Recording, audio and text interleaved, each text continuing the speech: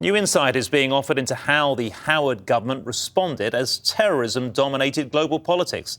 The National Archives has released previously secret cabinet papers from 20 years ago. The year was 2005. Anthony Kalia topped the charts,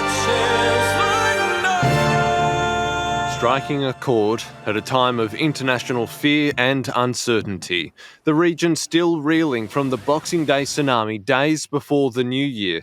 As many as 230,000 people died, among them 26 Australians. Further west, the Taliban was regaining strength in Afghanistan. With you in the fight against terrorism, and we remain committed with our coalition partners. The National Archives has released 20-year-old cabinet papers detailing the National Security Committee's decision to deploy special forces for up to 12 months. That mission would stretch on for years.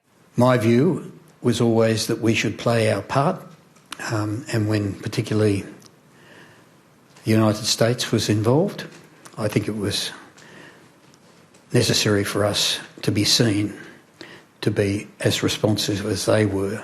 During a wide-ranging interview with former Attorney-General Philip Ruddock, I asked which cabinet decision from 2005 had the most lasting impact. Managing counter-terrorism is always very significant. This was a very difficult time, and if you look at some of the activities that we've seen elsewhere and domestically, appropriate framework of law to protect Australians was absolutely essential.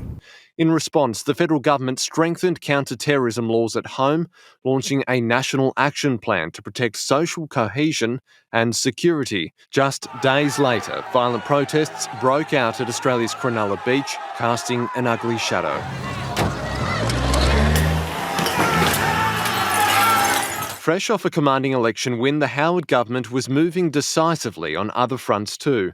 At the top of the domestic agenda, sweeping industrial relations reforms, simplifying agreements, cutting regulation and shifting power away from unions. The result?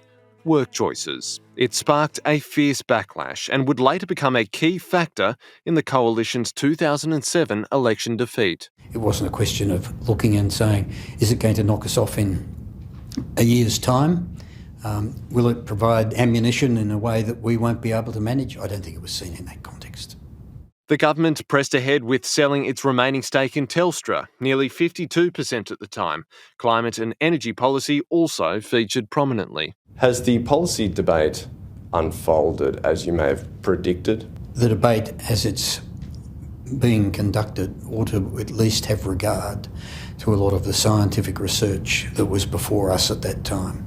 The idea, when you're seeing bushfires of the sort that we've seen recently, that there are no consequences, are foolish views to hold.